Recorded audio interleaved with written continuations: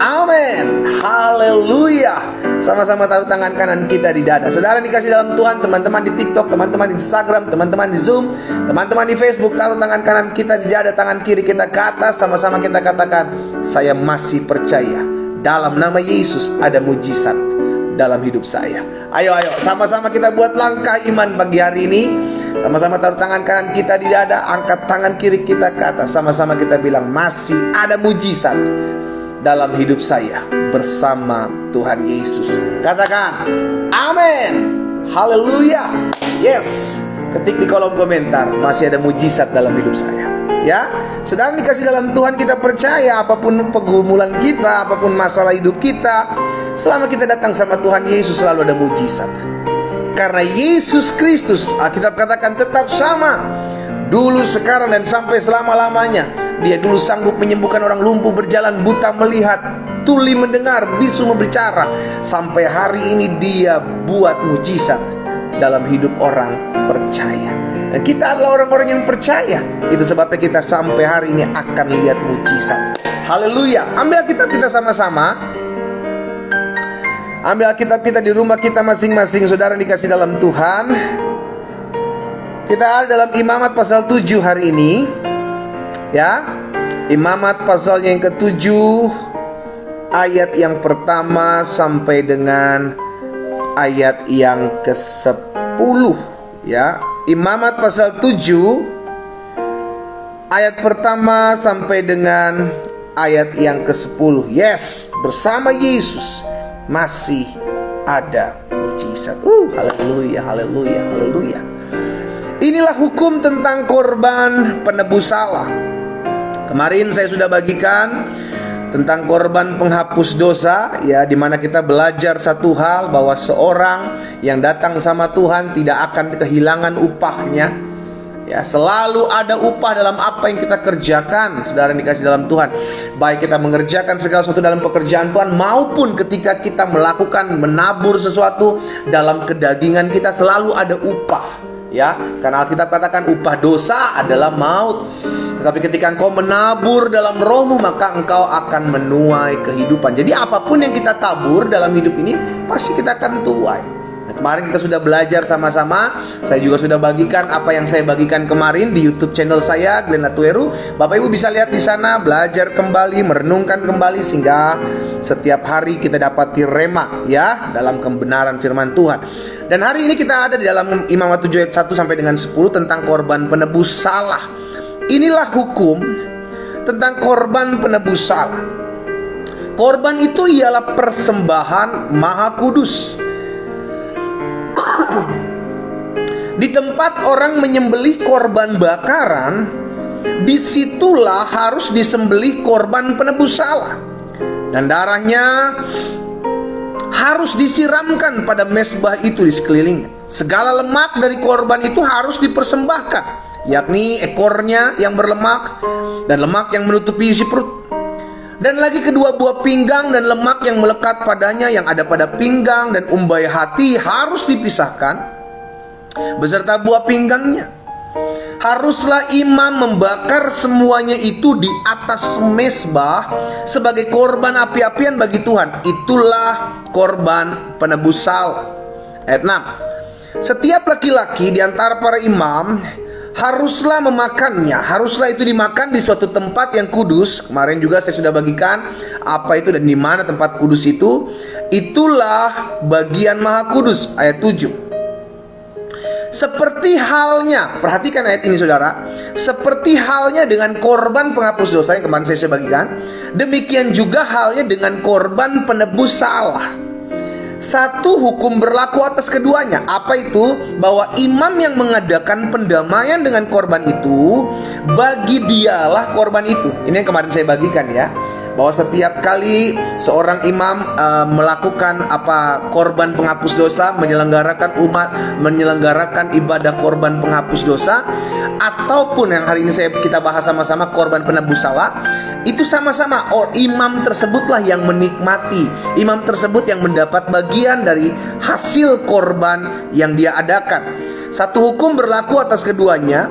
Imam yang mengadakan pendamaian dengan korban itu, bagi dialah korban itu. Ayat 8, perhatikan. Imam yang mempersembahkan korban bakaran seseorang, tadi kan korban penebus salah, korban penghapus dosa. Nah, terus di ayat yang ke-8 firman Tuhan katakan, imam yang mempersembahkan korban bakaran seseorang, bagi dia juga kulit korban bakaran yang dipersembahkannya itu sama. Tapi dikhususkan kulit korban bakaran ini dipersembahkan buat imam yang bertugas pada saat itu. Ayat 9, tiap-tiap korban sajian. Nah, tadi ada korban penghapus dosa, korban penebus salah, korban bakaran. Ayat 9, tiba-tiba ada korban sajian. Ini hukum-hukum yang berlaku buat imam-imam yang bertugas, ya. Tiap-tiap korban sajian yang dibakar dalam pembakaran roti dan segala yang diolah dalam wajan dan di atas panggangan adalah bagi imam yang mempersembahkannya. Jadi sama, ya, bagi imam tersebut yang bertugas. Tetapi di ayat yang ke-10, saudaraku, tiap-tiap korban sajian yang diolah dengan minyak ini berlaku berbeda, atau yang kering adalah bagi semua anak-anak Harun. Perhatikan kata terakhir, semuanya dapat bagian. Saudara dikasih dalam Tuhan, peraturan ini ya kan dalam imamat adalah tata cara ibadah dan bagaimana cara atau tugas-tugas imam-imam yang bertugas dan apa yang didapati oleh imam-imam yang bertugas tersebut. Tuhan atur sedemikian rupa upacara ini, saudara dikasih dalam Tuhan. Tuhan atur sedemikian rupa ibadah ini supaya apa? Adanya keadilan, kemerataan. Ya, ada beberapa korban yang dipersembahkan ketika imam itu bertugas, itu dikhususkan buat imam yang bertugas. Tetapi ada korban-korban tertentu yang memang dikhususkan buat berbagi bersama-sama seluruh anak-anak Harun. Imam-imam yang bertugas maupun imam-imam yang tidak bertugas, semua dapat bagian. Tujuannya apa? Adanya kemerataan. Oh, dahsyat saudara. Jadi ini yang saya dapati ketika saya merenungkan Imamat pasal 6 ayat 1 sampai dengan ayat 10, bahwa Tuhan kita adalah Tuhan yang menciptakan segala peraturan, melakukan segala sesuatu dengan keadilan supaya kemerataan itu ada, tidak saling serang, tidak saling sikut antar imam satu dengan imam yang lain. Supaya apa? Adanya kemerataan ini, adanya keadilan ini, saudara yang dikasih dalam Tuhan. Tujuannya sederhana, supaya tidak saling ribut. Supaya tidak saling ribut. Nah, akhirnya saya ambil kesimpulan bahwa kita memiliki Allah yang membuat segala sesuatunya itu dengan adil, dengan merata. Karena kerinduan Tuhan semua bisa menikmati, semua bisa merasakan. Ada keadilan, ya. Sama-sama taruh tangan kanan kita di dada. Sama-sama bilang sama saya punya Tuhan yang adil. Sama-sama bilang sama saya, Tuhan saya adalah hakim yang adil. Ayo ketik di kolom komentar, saya memiliki Tuhan yang adil. Ketik di kolom komentar, Tuhan saya adalah hakim yang adil. Peraturan-peraturan peribadatan bahkan dibuat Tuhan sedemikian rupa sehingga tidak ada keributan antara imam yang satu atau imam yang lain. Antara anak-anak Harun tidak saling, oh ini punya saya, oh ini punya. No, ada rulesnya, sudah Tuhan atur. Kalau ada korban ini kamu yang makan, kalau ada korban ini buat kamu, kalau ada korban ini khusus dibagi rata sama-sama. Ya, jadi hari ini yang saya mau bagikan buat setiap kita, agar kita anak-anak Tuhan menyadari Tuhan itu Tuhan yang adil. Kalau ada di antara kita yang sampai selama ini berkata, tapi pendeta saya udah berdoa, tapi saya tidak kunjung sembuh. Saya ingat ada orang-orang yang tidak takut akan Tuhan, gak berdoa tapi Tuhan sembuhkan. Saudara yang dikasih dalam Tuhan, kita gak perlu pusing dengan apa yang Tuhan buat terhadap orang lain. Saya ulangi sekali lagi, jangan sibuk ngurusin apa yang Tuhan buat terhadap orang lain sampai engkau lupa bersyukur dengan apa yang Tuhan buat dalam hidupmu. Kita seringkali lupa bersyukur karena kita terlalu memperhatikan apa yang Tuhan buat terhadap hidup orang lain. Tuhan pulihkan keluarga ini, Tuhan pulihkan ekonomi si itu, Tuhan tolong penyakit si ini. Tapi mana buat saya? Kenapa? Karena kita nggak menyadari bahwa ada banyak hal yang seringkali Tuhan udah buat, tapi kita nggak sadari itu. Karena kita terlalu sibuk memperhatikan Tuhan buat ini sama si A, Tuhan buat ini sama si B, Tuhan buat itu sama si C. Ayo sampai hari ini saya ajak setiap umat Tuhan, perhatikan kita, hubungan kita dengan Tuhan, belajar bersyukur dengan apa yang Tuhan udah buat dalam hidup kita. Ya, stop membanding-bandingkan dirimu dengan orang lain. Jangan sibuk memperhatikan berkat orang lain. Sibuklah memperhatikan berkat yang Tuhan terima, Tuhan berikan dalam kehidupanmu, yang kau terima dalam keseharian. Sehingga kita di situ belajar untuk Tuhan, aku berterima kasih. Tuhan, aku bersyukur. Jangan juga sibuk memperhatikan talenta, karunia yang Tuhan percayakan, titipkan kepada orang lain. Pemberian yang Tuhan titipkan terhadap orang lain, sampai akhirnya kita lupa bersyukur. Sekalipun karunia talenta saya cuma diberikan satu, saya tidak gunakan karena saya selalu sibuk memperhatikan karunia-karunia talenta orang lain, sehingga saya cemburu, saya jealous, saya iri. Ini repot, saudara. Ya, jadi yang kita mesti sadari bahwa kita punya Tuhan yang adil. Apapun yang Tuhan buat dalam kehidupan kita, Dia adalah Allah yang adil. Mungkin kita berpikir, tapi adil gimana pendeta? Saya mengalami ini sedangkan itu mengalami ini. Itu kan ketika kita mulai membanding-bandingkan diri kita dengan orang lain, disitulah kita mulai merasa, Tuhan tidak adil buat hidup saya. Bagaimana ketika kita mulai membandingkan diri kita dengan orang-orang yang lebih susah dari kita, yang lebih belum beruntung daripada kita? Bagaimana kalau kita membandingkan diri dengan mereka yang ada di bawah kita? Tentunya pasti kita akan merasa bersyukur. Nah, hari ini kita diingatkan. Coba kita lihat sama-sama Hakim pasal 11. Hakim pasal 11 ayat yang ke-27. Hakim pasal 11 ayat yang ke-27. Apa yang firman Tuhan katakan di sana? Jadi aku tidak bersalah terhadap engkau, tetapi engkau berbuat jahat terhadap aku dengan berperang melawan aku. Ya, Tuhan hakim itu, Dialah yang menjadi hakim pada hari ini antara orang Israel dan Bani Amon. Saudara yang dikasih dalam Tuhan, ada kalanya kita mengalami ketidakadilan, kita mengiring Tuhan. Ada kalanya Tuhan izinkan kita mengalami ketidakadilan dalam kita mengikut Tuhan. But it's okay. Yang kita perlu tahu bukan apa yang saudara perhatikan kata-kata ini. Yang kita perlu tahu bukan apa yang sedang Tuhan izinkan dalam hidup kita. Yang perlu kita tahu adalah saya punya Tuhan yang adil, dan apa yang Tuhan buat dalam hidup saya itu adalah yang terbaik buat saya. Karena kita menyadari saya punya Tuhan yang adil. Tetapi kalau kita nggak mengerti bahwa kita memiliki Tuhan yang adil dalam kehidupan kita, maka hidup kita akan penuh dengan persungutan, pengeluhan, gak ada damai sejahtera, gak ada sukacita. Karena apa? Karena kita nggak pernah merasakan bahwa Tuhan itu adil dalam hidup kita. Di dalam Hakim-Hakim 11 ayat 27 ini ada orang-orang yang memang merancangkan yang jahat. Kita nggak buat apa-apa, tiba-tiba ada orang yang ngerugiin hidup kita. Kita nggak menyakiti si A, kita nggak mengkhianati si B, kita nggak merugikan si C, tapi tiba-tiba kita dihampiri dengan kerugian, kita dihianati, kita diselukai. Kadang Tuhan izinkan hal-hal seperti itu menimpa hidup kita. Kenapa? Kalau kita belum ngerti, nggak usah cari tahu. Ada banyak dari kita ketika kita belum mengerti kenapa Tuhan izinkan ini, kenapa Tuhan izinkan itu. Karena kita nggak ngerti, kita mulai cari tahu. Akhirnya kita stres sendiri dan kita mulai berkata, Tuhan nggak adil.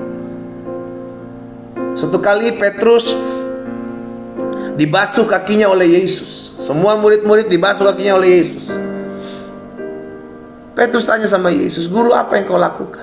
Yesus bilang, hari ini engkau belum tahu apa yang aku perbuat, tetapi nanti engkau akan mengertinya kelak. Saudara dikasih dalam Tuhan, kadang kita belum mengerti apa yang Tuhan izinkan terjadi dalam kehidupan kita. Kalau kita belum mengerti, jangan menuntut untuk cari tahu kenapa. Karena kita nggak akan pernah bisa menyelami dengan otak kita yang segede bapau ini cara kerja Tuhan. Nggak bisa. Bahkan Alkitab pernah mencatat ketika murid-murid berjalan bersama dengan Tuhan Yesus, mereka melihat seorang anak yang lahir apa? Lahir buta. Mereka tanya sama Yesus, Guru, siapa yang berdosa? Anak ini atau orang tuanya? Yesus bilang, enggak, bukan anaknya yang berdosa, bukan juga orang tuanya yang berdosa. Tetapi kemuliaan Tuhan harus dinyatakan dalam kehidupan. Kadangkala ada sesuatu yang Tuhan buat dalam hidup kita yang kita nggak ngerti. Kita udah setia, tiba-tiba suami selingkuh. Kita udah doakan, tiba-tiba istri lari. Kita udah berdoa buat anak-anak kita, tiba-tiba anak-anak kita jauh dari Tuhan. Kita nggak tahu. Tapi bukan berarti karena kita nggak ngerti langsung kita mulai menjudge. Tuhan tidak adil dong. Ingat perkataan Ayub kepada istrinya, masakan kau hanya mau menerima yang baik dari Allah, sedangkan kau tidak mau menerima yang tidak baik?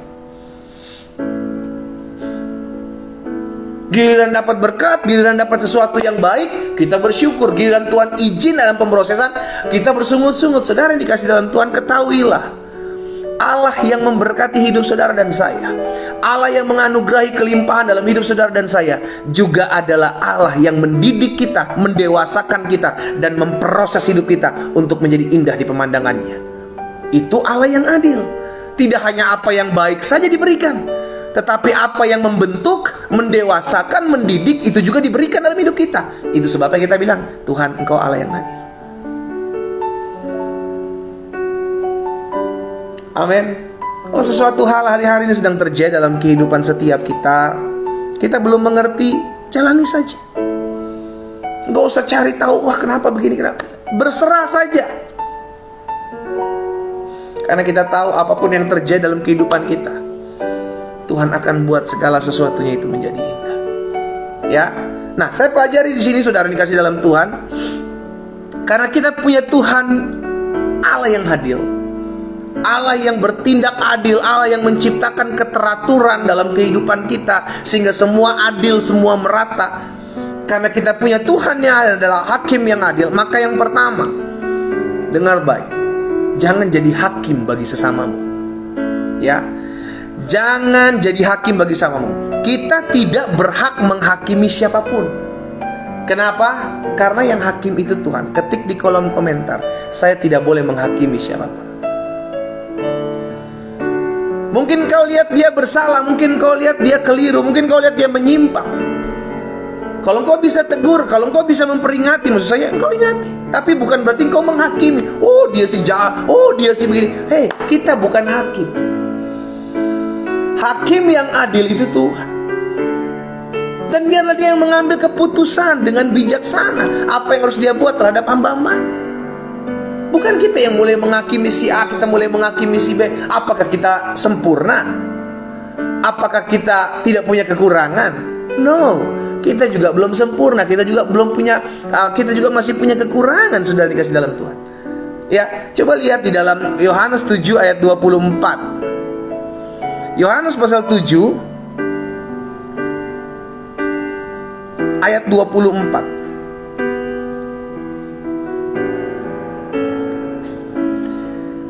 Lihat sama-sama ayat ini. Janganlah menghakimi menurut apa yang nampak, tetapi hakimilah dengan adil. Jadi pertanyaan, apakah kita bisa menghakimi dengan adil?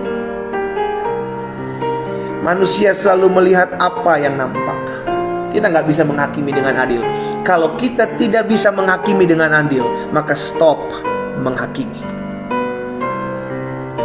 Ya. Jadi yang pertama, karena kita punya Tuhan yang adalah hakim yang adil, maka kita tidak berhak menghakimi siapapun. Jangan jadi hakim buat manusia. Jangan jadi hakim buat orang lain.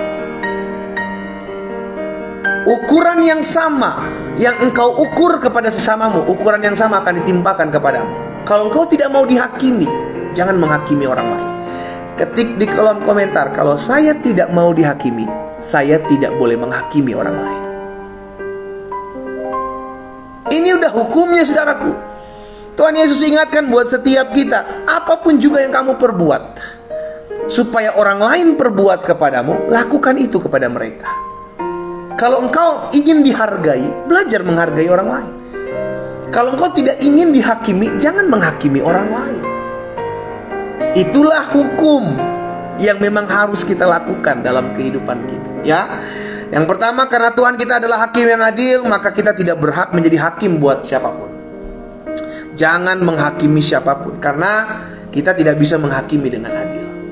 Ya, pengadilan di dunia pun mungkin masih bisa keliru, tapi Tuhan melihat segala sesuatu, bahkan apa yang ada dalam hati manusia, dan hanya dialah yang bisa menghakimi dan dengan adil. Yang kedua, karena Tuhan kita adalah hakim yang adil, maka belajar berserah. Sama-sama taruh tangan kanan kita di dada, sama-sama bilang sama saya harus belajar berserah. Kenapa kita harus belajar berserah? Karena kita mengerti, karena kita menyadari bahwa keadilan Tuhan itu ada. Saudara, Alkitab katakan begini, masakan dia yang menciptakan mata tidak melihat, masakan dia yang menanam telinga tidak mendengar. Dengan kata lain, apapun yang menimpa hidup kita, mungkin hari ini kita mengalami ketidakadilan, mungkin hari-hari ini engkau sedang mengalami orang-orang yang merugikan kehidupanmu. Belajar berserah. Jangan ngotot, tapi dia begini, tapi dia begini. Saudara dikasih dalam Tuhan, Daud mengalami ketidakadilan ketika Saul berusaha membunuh Daud. Daud merasa, aku gak buat apa-apa terhadap Saul. Memang, karena Daud tidak berbuat apa-apa. Daud tidak pernah menginginkan kedudukan Saul sebagai seorang raja. Hanya pada saat itu ada perempuan-perempuan yang menari-nari, berbalas-balasan, bernyanyi-nyanyi. Saul mengalahkan beribu-ribu, tetapi Daud berlaksa-laksa. Mulai dari saat itu hati Saul panas. Daud tidak buat apa-apa, tetapi Daud mengalami ketidakadilan. Sampai suatu kali Daud mendapatkan kesempatan untuk membalas Saul, membunuh Saul, melenyapkan nyawa Saul. Apa yang Daud buat? Daud gak lakukan. Daud berteriak dari jauh kepada Saul, Allah adalah hakim yang adil, yang akan memutuskan siapa yang benar di antara kita. Oh, haleluya. Saudara dikasih dalam Tuhan, kalau kita sedang mengalami ketidakadilan, engkau istri-istri, engkau suami-suami, engkau orang-orang muda, engkau orang tua, mertua, menantu, engkau mengalami ketidakadilan, jangan ngotot. Engkau mau ngotot pembenaran kalau memang engkau dilihat tidak adil, gak apa-apa. Belajar untuk berserah. Tuhan yang menanam mata, Tuhan yang menanam telinga, Dia yang akan melihat, Dia yang akan mendengar apa yang kau serukan. Amin. Lihat sama-sama dalam Mazmur 37 ayat 5 dan ayat 6. Mazmur pasalnya yang ke-37 ayat 5 dan ayat 6. Mazmur 37 ayat 5 dan ayat 6. Serahkanlah. Mazmur katakan, ayo serahkan hidupmu kepada Tuhan.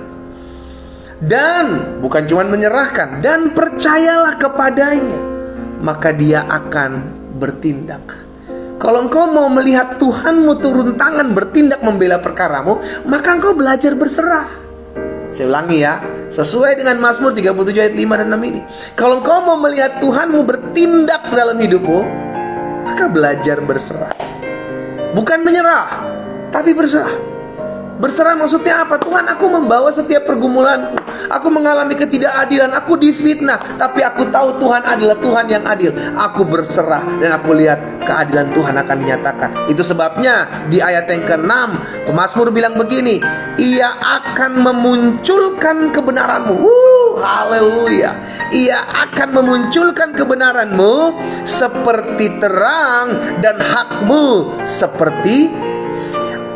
Yes, Tuhan akan memunculkan. Engkau difitnah, engkau dirugikan, engkau mengalami ketidakadilan, tenang aja, gak usah kerasa kusuk, gak usah maksa pembenaran diri. Kebenaran tidak perlu dibenarkan, kebenaran tidak perlu dibela, kebenaran akan muncul dengan sendirinya. Haleluya. Ya, jadi karena Tuhan kita adalah hakim yang adil, Dia yang akan menghakimi dengan adil. Kita manusia gak bisa menghakimi dengan adil. Karena itu jangan jadi hakim bagi sesamamu. Ya, stop menghakimi orang lain. Dan yang kedua, karena kita punya Tuhan hakim yang adil, maka belajar berserah. Kenapa kita berserah? Karena kita mengerti keadilan Tuhan itu ada. Ada waktu. Kalau sampai hari ini engkau belum lihat pertolongan Tuhan, nantikanlah. Alkitab katakan, orang yang menanti-nantikan Tuhan akan mendapatkan kekuatan yang baru. Ia berjalan tidak menjadi lelah, ia berlari tidak menjadi lesu. Kenapa? Karena ada kekuatan yang Tuhan berikan. Karena itu kita mesti menantikan. Nantikan Tuhan, nantikan Tuhan, nantikan Tuhan. Jangan lelah menunggu keadilan Tuhan. Ada waktunya Tuhan akan menyatakan keadilan di dalam hidup. Ada waktunya di mana Tuhan memutarbalikkan keadaan. Lihat, tidak selamanya Daud dikejar-kejar oleh Saul. Ada waktunya di mana Daud diangkat Tuhan. Tidak selama-lamanya Mordekai dirancangkan yang jahat oleh Haman. Ada waktunya di mana Tuhan angkat kehidupan Mordekai, kehidupan Esther. Tidak selama-lamanya Yusuf mengalami kesusahan. Ada kali di mana Tuhan angkat Yusuf untuk menjadi berkat bagi keluarga, bagi saudaranya. Ada waktunya. Ketik di kolom komentar, ada waktunya Tuhan. Ketik di kolom komentar, ada waktunya Tuhan. bagian kita tetap menantikan Tuhan, bagian kita tetap menantikan Tuhan, bagian kita tetap menantikan Tuhan. Waktumu berbeda dengan waktu Tuhan. Waktu kita berbeda dengan waktu Tuhan. Suatu kali Yusuf berusaha keluar penjara lebih awal dengan meminta bantuan juru roti, saudara. Berusaha. Juru minum aja. Ya, tapi apa yang terjadi? Masih kedelay karena memang belum waktunya Tuhan. Nanti suatu kali baru dipakai Tuhan, diingatkan bahwa pernah ada seorang Ibrani yang bisa menafsirkan mimpi di penjara. Itulah waktunya Tuhan. Tapi ketika belum waktunya Tuhan, maka nggak akan bisa kok mau buat apapun belum dinyatakan. Karena memang belum kairosnya Tuhan, belum waktunya Tuhan. Ya. Nah, yang kedua, karena Tuhan kita adalah hakim yang adil, maka yang kedua belajar berserah. Kenapa kita berserah? Karena kita mengerti ada keadilan Tuhan dalam kehidupan kita. Yang ketiga, yang terakhir, karena Tuhan kita adalah hakim yang adil, maka yang pertama ya, ingat ya, kita nggak berhak jadi hakim buat orang lain. Kita nggak berhak menghakimi orang lain karena penghakiman kita tidak adil. Hanya Tuhan yang tahu segala sesuatu, bahkan tempat-tempat yang tersembunyi. Yang kedua, karena kita memiliki Tuhan yang hakim adalah hakim yang adil dalam kehidupan kita, maka belajarlah berserah dalam hidup. Kita berserah karena kita mengerti ada keadilan Tuhan dalam hidup kita. Kalau sampai hari ini engkau belum melihat keadilan Tuhan nyatakan, berarti belum waktunya Tuhan. Tapi ada, nanti engkau akan lihat. Kalau makanan, minuman ada masa expired date-nya, maka masalahmu, pergumulanmu juga ada masa expired date-nya, di mana engkau akan melihat campur tangan Tuhan, di mana engkau akan melihat kuasa Tuhan, di mana engkau akan melihat campur tangan kebenaran Allah dinyatakan dalam kehidupanmu. Di situ engkau akan lihat pembelaan Tuhan terjadi. Dan yang ketiga, yang terakhir, karena Tuhan kita adalah hakim yang adil, maka ketahuilah, setiap apapun yang kita buat kelak akan kita pertanggungjawabkan. Baik di tempat yang terlihat orang maupun di tempat yang tidak terlihat orang, engkau akan mempertanggungjawabkan apa yang kau buat. Termasuk ketika engkau berusaha merugikan orang lain, ketika engkau berusaha mengambil keuntungan orang lain, engkau akan merugikan orang lain. Engkau akan lihat ada tanggung jawabmu dalam hidupmu. Dan itu ditimpakan dalam kehidupanmu, sudah dikasih dalam Tuhan. Stop merugikan orang lain. Ya, pastikan engkau tahu hal ini, engkau sadari hal ini, bahwa setiap hal yang engkau buat dalam kehidupanmu, engkau kelak akan mempertanggungjawabkan di hadapan Tuhan. Wahyu 22 ayat 12 sebagai ayat yang terakhir. Dalam Wahyu pasal 22 ayat 12, Tuhan bilang begini, sesungguhnya aku datang segera, dan aku akan membawa upahku untuk membalaskan kepada setiap orang menurut perbuatan. Setiap apa yang kita buat ada pertanggungan jawab. Karena itu belajar lakukan apa yang baik, apa yang memuliakan Tuhan. Belajar lakukan apa yang membangun, memberkati banyak orang, karena itu yang akan diberikan kepadamu. Ada upah dalam setiap apa yang engkau kerjakan, ya. 3 hal ini saya bagikan buat setiap kita pagi hari ini. Tuhan yang menciptakan hukum keberlakuan antara imam satu dengan imam yang lain agar terciptanya kemerataan keadilan. Tuhan yang sama juga akan menciptakan keadilan dalam kehidupan kita. Karena itu yang perlu kita lakukan. Yang pertama, stop menjadi hakim buat orang lain. Jangan menghakimi karena penghakiman manusia tidaklah adil. Yang kedua, ingat, belajar berserah. Kita berserah karena kita tahu Tuhan yang menanamkan mata, Tuhan yang menanamkan telinga adalah Tuhan melihat dan Tuhan mendengar setiap apa yang kita alami, setiap apa yang kita doakan. Dan yang ketiga, pastikan apa yang kau buat adalah apa yang baik. Karena setiap apa yang kita buat kelak akan kita pertanggungjawabkan. Kita berdoa, kita datang kepada Tuhan. Bapa, dalam nama Yesus, pagi hari ini kami datang kepada Tuhan. Kami bersyukur buat kasih setia Tuhan. Kami bersyukur buat anugerah Tuhan dalam kehidupan kami. Karena kami sadar betul hidup kami milik Tuhan. Sampai hari ini kami tahu kami punya Tuhan yang adil. Sampai hari ini kami sadar bahwa Tuhan, Engkau adalah Allah hakim yang adil dalam setiap kehidupan kami. Dan hari ini kami datang kepada Tuhan di dalam nama Yesus. Biarlah kami belajar banyak hal akan segala yang Tuhan percayakan dalam kehidupan kami. Kami sadar ya Tuhan bahwa hidup kami milik Tuhan. Hidup kami ada dalam tangan Tuhan, dan Tuhan berperkara dalam segala hal yang kami hadapi. Bapak, hamba berdoa secara khusus buat anak-anak Tuhan yang mungkin hari-hari ini mengalami ketidakadilan. Mungkin hari-hari ini mereka dihianati, mungkin hari-hari ini mereka difitnah.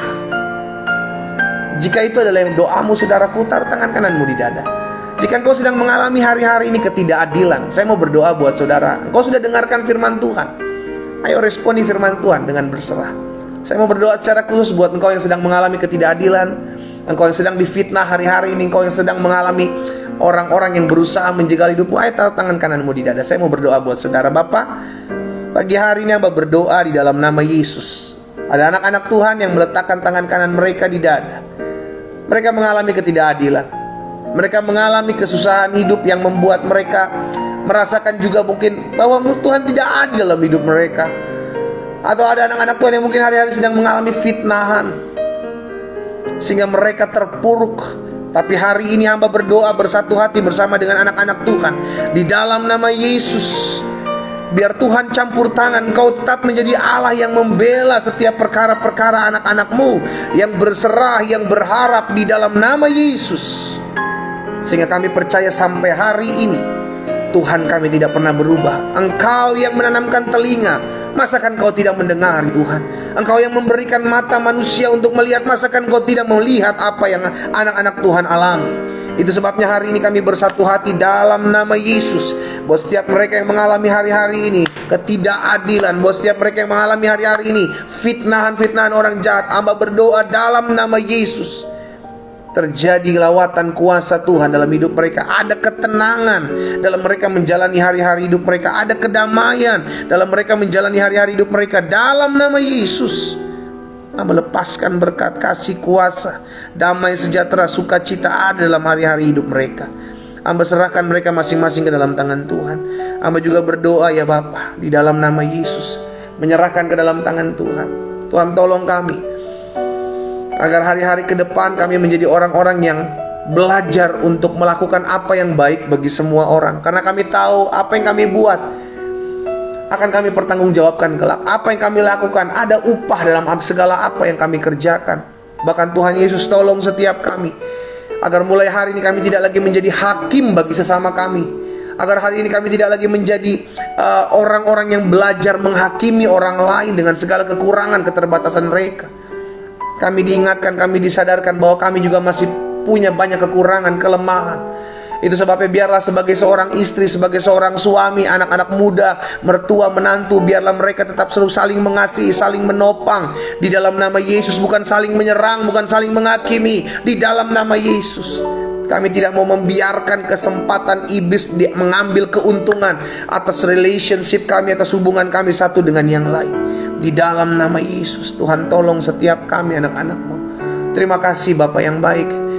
Pagi hari ini kami bersatu hati berdoa buat setiap anak-anak Tuhan dalam rumah tangga mereka. Tuhan jaga, Tuhan pagari, sehingga suami dan istri terus saling mengasihi, saling mencintai, saling menghargai satu dengan yang lain. Terus ada kasih mesra anggur yang baru terus mengalir dalam rumah tangga mereka. Kalau ada di antara rumah tangga anak-anak Tuhan hari-hari sedang tergoncang, oh Bapak, kami bersatu hati berdoa di dalam nama Yesus, mujizat masih ada. Jamah setiap suami-suami yang terhilang, jamah setiap istri-istri yang terhilang di dalam nama Yesus Kristus Tuhan, sehingga mereka kembali dipersatukan dalam anugerah dan pemeliharaan pertolongan Tuhan. Terima kasih Tuhan Yesus.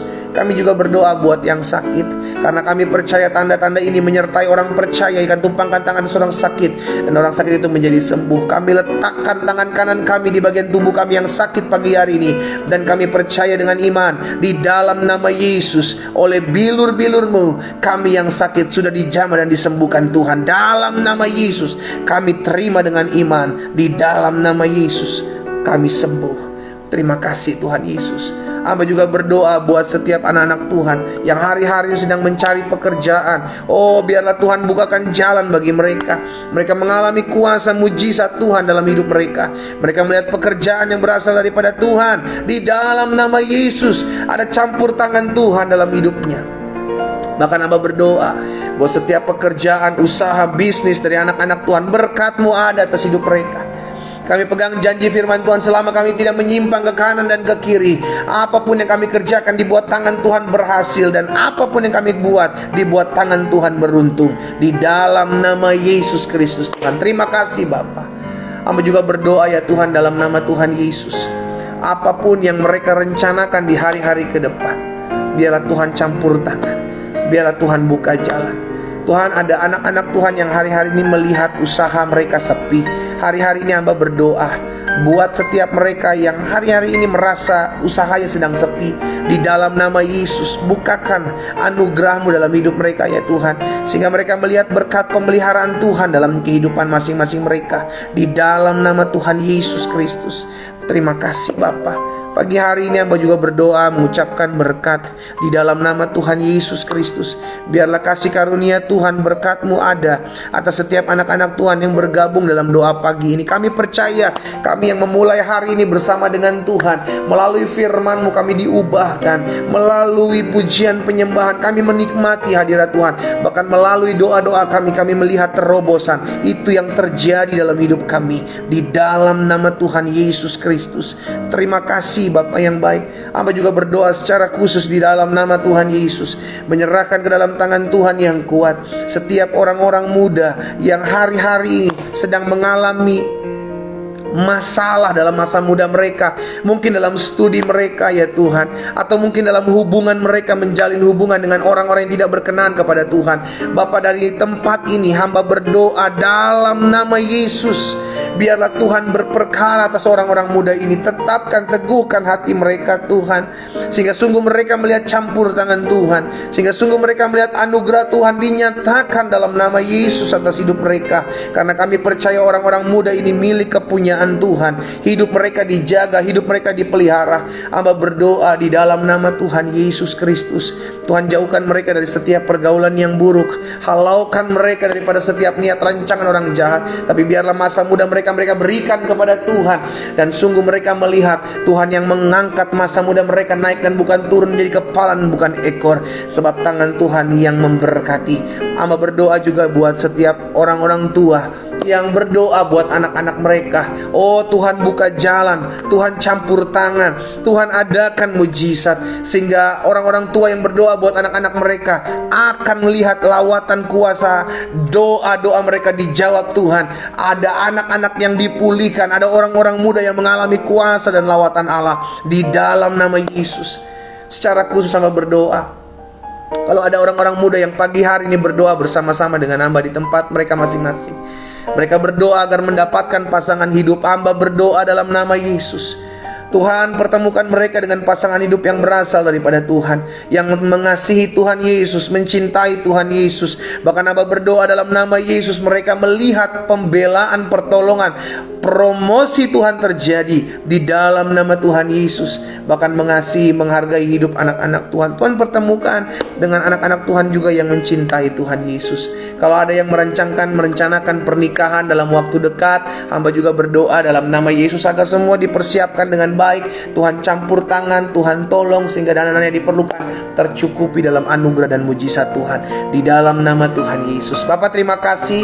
Kami juga bersatu hati buat setiap rumah tangga, suami istri yang hari-hari ini sedang berdoa untuk mendapatkan keturunan. Hamba percaya anak-anak adalah anugerah Tuhan.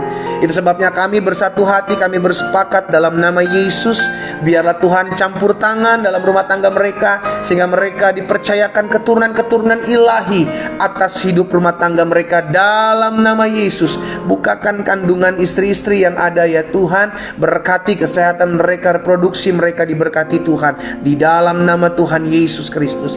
Terima kasih Bapa yang baik. Kami juga bersatu hati berdoa agar kiranya terjadi kerukunan, terjadi rekonsiliasi antara hubungan anak dengan orang tua, adik dengan kakak, mertua dengan menantu ya Tuhan, bahkan mungkin om tante dengan ponakan mereka.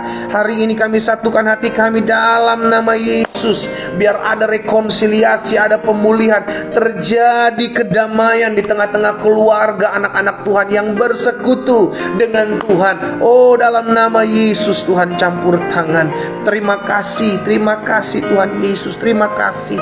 Kami sadar betul hidup kami adalah anugerah dan kemurahan Tuhan. Kami satukan hati kami berdoa ya Tuhan, biar ada jiwa-jiwa yang datang kepada Tuhan. Kami bersyukur melalui media sosial ini Tuhan, ada banyak jiwa-jiwa mendatangi Yesus Kristus sebagai Tuhan dan Juru Selamat. Itu sebabnya biarlah kami menjadi bagian di dalamnya, untuk tetap terus bersaksi ya Tuhan, untuk menyatakan kuasa kasih kemuliaan Tuhan di dalam nama Tuhan Yesus Kristus. Terima kasih Tuhan, terima kasih Tuhan. Saudara dikasih dalam Tuhan, dalam waktu dekat ada anak-anak Tuhan yang pagi hari ini bergabung dalam doa pagi. Engkau akan didatangi jiwa-jiwa yang mencari Tuhan. Ya, Alkitab katakan pertanggungjawabkan imanmu. Saya berdoa sehingga engkau bersaksi, sehingga engkau memenangkan jiwa. Karena hari-hari ini adalah hari-hari yang terakhir, di mana kita dipercayakan untuk terlibat di dalam pekerjaan Tuhan. Dimanapun saudara tempatkan berada, engkau di tempat pekerjaanmu, engkau di tempat usahamu, engkau di tempat bisnismu, ya, engkau di tempat dagang, engkau di tempat engkau belajar, orang-orang muda. Kalau ada orang-orang yang datang kepadamu mencari Tuhan, arahkan, doakan. Ingat, engkau adalah perpanjangan tangan Tuhan. Jangan malu, doakan, sehingga kita sama-sama terus terlibat dalam pekerjaan Tuhan ya. Akan ada tuaian-tuaian besar datang kepada Tuhan. Dan Tuhan percayakan dalam kehidupan saudara, Tuhan percayakan pagi hari Tuhan sampaikan kuat dalam hati saya, ada anak-anak Tuhan yang Tuhan mau pakai untuk bersaksi. Dan melalui kesaksianmu ada banyak jiwa datang kepada Tuhan Yesus. Ya, ada banyak jiwa datang kepada Tuhan Yesus. Terus bersaksi, jangan malu bersaksi. Ada orang-orang yang akan datang kepadamu untuk minta didoakan, untuk minta dikuatkan. Itu bagianmu, kerjakan bagianmu. Roh Kudus yang akan berikan kekuatan, Roh Kudus yang akan berikan hikmat. Jangan kau tolak ya, di dalam nama Yesus hamba berdoa. Tuhan, terima kasih. Pagi hari ini hamba juga berdoa, menyerahkan ke dalam tangan Tuhan. Biarlah Tuhan memberkati, Tuhan jamah, Tuhan pulihkan setiap anak-anak Tuhan. Dan hamba berdoa secara khusus kalau ada anak-anak Tuhan yang hari-hari ini hubungannya sedang jauh dengan Tuhan, dan pagi hari ini mereka datang kepada Tuhan, biarlah Tuhan jamah hati mereka. Tuhan pulihkan hati mereka sehingga ada kelemah lembutan, ada kedamaian tatkala mereka datang kepada Tuhan. Dan mulai hari ini, inilah titik balik di mana mereka datang kepada Tuhan. Di dalam nama Tuhan Yesus Kristus. Ada juga seorang ibu yang berdoa buat anaknya yang sedang sakit diare. Hari ini Tuhan mau sembuhkan sakit diare anakmu di dalam nama Tuhan Yesus. Jika itu adalah dirimu, aku berdoa di dalam nama Tuhan Yesus. Kami satukan hati kami buat anak yang sedang memiliki kelemahan tubuh sakit diare. Tuhan, kami berdoa dalam nama Yesus, bilur-bilur menyembuhkannya di dalam nama Yesus, sehingga ibu ini memiliki pengalaman mujizat bersama-sama dengan Tuhan di dalam nama Tuhan Yesus. Terima kasih Bapak, kami bersyukur Tuhan buat pagi hari ini. Kami lihat kuasa anugerah Tuhan nyata dalam kehidupan kami. Pada akhirnya kami ucapkan berkat buat kota di mana kami tinggal dalam nama Yesus. Kota kami aman, kota kami damai, kota kami dijauhkan dari bencana alam, dijauhkan dari kerusuhan dalam nama Yesus. Ekonomi kota kami maju bertumbuh dalam nama Tuhan Yesus. Bahkan kami hidup tenang, hidup tentram di kota kami. Bapak memberkati juga bangsa kami Indonesia, selamatkan Tuhan. Kami berdoa sehingga ada tuaian jiwa-jiwa di bangsa kami. Tuhan, kami berdoa buat Bapak Presiden, Wakil Presiden, seluruh jajaran menteri yang ada, MPR, DPR RI, DPR tingkat 1, DPR tingkat 2, Panglima TNI, Kapolri beserta jajarannya, bahkan seluruh gubernur, seluruh wali kota, seluruh bupati, camat, lurah, RT RW atas bangsa kami dalam nama Yesus. Kami doakan agar setiap mereka memiliki roh takut akan Tuhan, bekerja dengan jujur dan adil. Dan kami berdoa sehingga Tuhan pakai mereka untuk menjadi berkat bagi bangsa kami. Kami juga berdoa rencana 2024, Tuhan campur tangan, Tuhan Yesus tolong sehingga semua berjalan dengan baik, semua keadaan aman, damai, kondusif. Kami berdoa sepakat roh pemecah belah, roh adu domba kami patahkan dalam nama Yesus. Biar ada kerukunan, kedamaian bangsa kami. Bahkan kami berdoa mereka yang bekerja, baik KPU, KPUD, Bawaslu daerah, Tuhan tolong, sehingga mereka juga bekerja dengan giat, semangat, jujur dan adil. Di dalam nama Yesus, Tuhan terima kasih. Kami percaya Tuhan, Engkau juga memberkati anak-anak-Mu yang tinggal di luar dari Indonesia. Mereka, negara mereka tinggal, bangsa di mana mereka tinggal juga diberkati oleh Tuhan. Bahkan mereka menjadi terang, mereka menjadi saksi Tuhan. Terima kasih Bapa buat pagi hari ini. Kami percaya firman-Mu tergenapi dalam hidup kami. Kami hidup mengandalkan Tuhan dan kami hidup mempermuliakan nama Tuhan. Kami aminkan dan kami imani apa yang kami doakan terjadi dalam hidup kami. Di dalam nama Yesus Kristus Tuhan, kami berdoa. Bersama-sama kita katakan, amin. Haleluya. Saudara dikasih dalam Tuhan, ingat, kita punya Tuhan yang adil. Karena itu bertindaklah adil bagi sesamamu dan jangan menghakimi sesama. Doa saya menyertai kita semua. Kita kembali ketemu besok pagi jam 4.30 waktu Indonesia bagian Barat, melalui TikTok, melalui Instagram, melalui Facebook, dan melalui Zoom. Doa saya menyertai kita semua. Selamat pagi. Tuhan Yesus memberkati. Shalom.